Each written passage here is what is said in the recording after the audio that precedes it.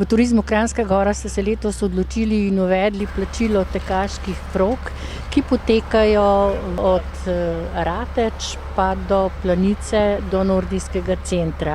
Koliko kilometrov tekaških prog in kaj to pravzaprav pomeni za uporabnike? Lep pozdrav. Za uporabnike to najprej pomeni, bodimo najprej k pomembnejšim stvarem, torej uporabniki dnevno zagotavljanje urejenosti prog in pa seveda sama varnost na progi, ki nam jo zagotavljajo na terenu naši kontrolorji, ki skrbijo pač za vse te malenkosti. Sama urejenost prog je, oziroma sam sistem je naslednji, imamo 5 prodajnih mest. 2 sta tukaj za nami v Ratečah, Barkofina in pa Ponca, potem je v nordijskem centru ena od teh.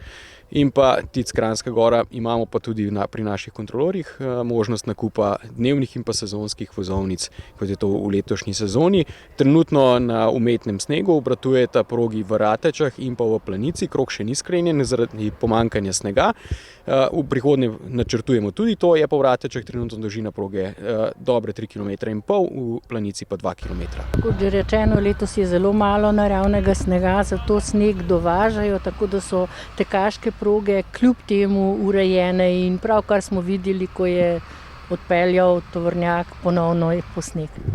To je bilo že tretjič letos, vsega skupaj smo zvozili približno 3500 kubičnih metrov snega.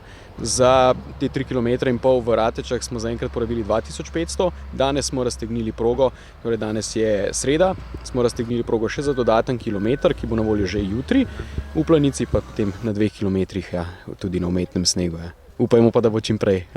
Seveda lahko povabite tudi preko našega medija vse ljubitelje rekreativnih tekačev, da tukaj lahko pridejo in se nasmučajo. Absolutno, imamo krasno vreme tukaj v Ratečah, tudi v Planici, zato seveda vsi lepo vabljeni.